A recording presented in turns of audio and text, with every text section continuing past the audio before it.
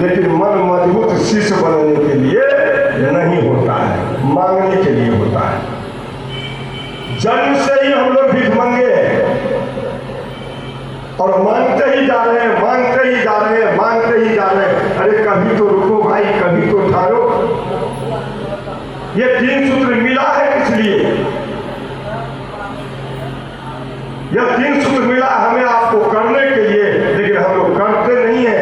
हम लोग चौथा सूत्र, 5वां सूत्र, 6ठा सूत्र घुसा देते हैं इसमें और कहते हैं रिजल्ट नहीं मिलता है। चिल्ला चिल्ला के समय था हम लोगों का, मैं दूसरों की बात क्या कहूँ, गुरु भैया जाना है, यहाँ बहुत गुरु भाषण है। जो मैं ये कहता था दुकान पर बैठे बैठे 3 सूत्र 31 दिन करो, नहीं मिलेगा तो तुम्हारा जूता मेरा सर होगा।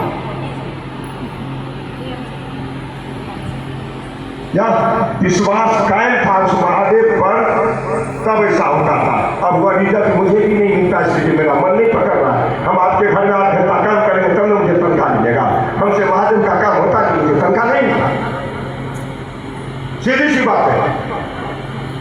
अरे आपका मन कहेगा कि आप महादेव को कितना चाहते हैं, आप अपने पति को कितना चाहते हैं, आप अपने पत्नी को कितना चाहते हैं, केवल आपका मन पकड़ेगा, आपका पति भी नहीं जान पाएगा।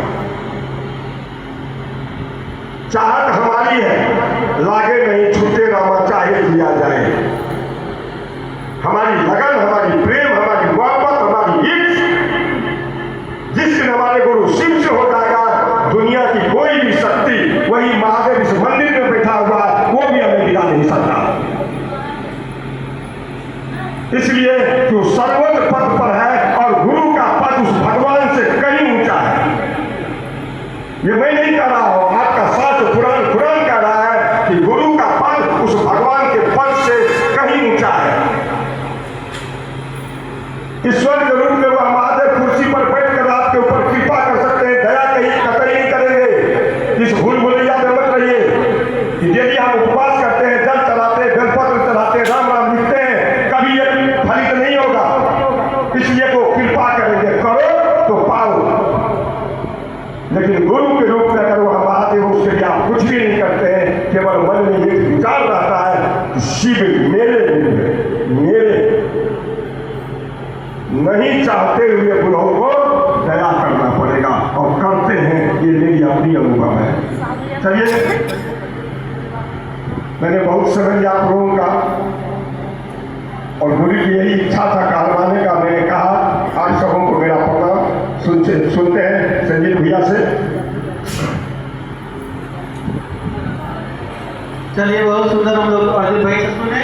अब हम आग्रह करेंगे भैया संजीत भैया से, जो हमारा बीच हैं, जो भी गुरुभान से जिज्ञासा होगा तो जिज्ञासा लेकर भेजेगा। बाकी भैया के चर्चा ध्यान पूर्वक सुनिएगा। जो हमारा भैया दिल्ली का हर कोने कोने में का, दिल्ली से बाहर भी भैया हमारे चलते हैं, जो भैया हमारे बीच हैं, और जो भी मन में जिज्ञासा हो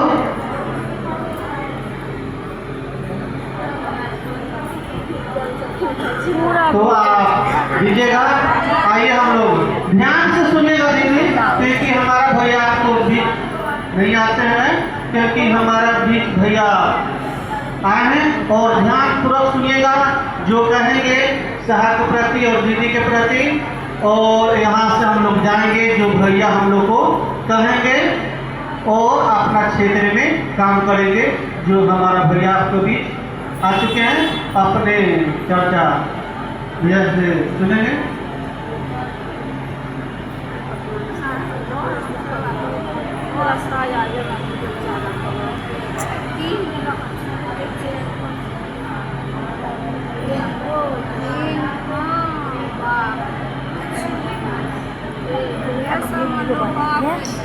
आप सभी को मेरा प्रणाम। एत से देखा है सवेरा महेश्वर शिव गुरु है। यह शिव शिष्यता की बगिया,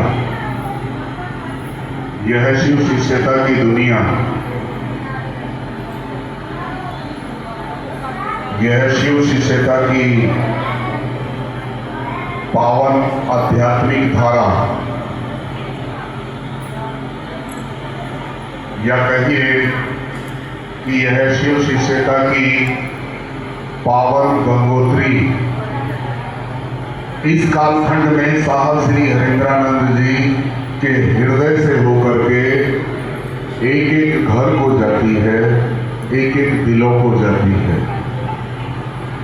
यह महादेव गुरु इस बगिया के, इस दुनिया के मालिक हैं और साहब श्री हरेंद्रानंद जी, दीदी नीलम आनंद मां इस बगिया के माली हैं।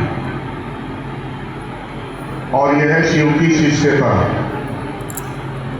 एक बात आप लोग बहुत अच्छी तरह से इसको समझ लीजिए कि यह शिव की शिष्यता पूर्णतः आध्यात्मिक है, पूर्णतः आध्यात्मिक है, आध्यात्मिक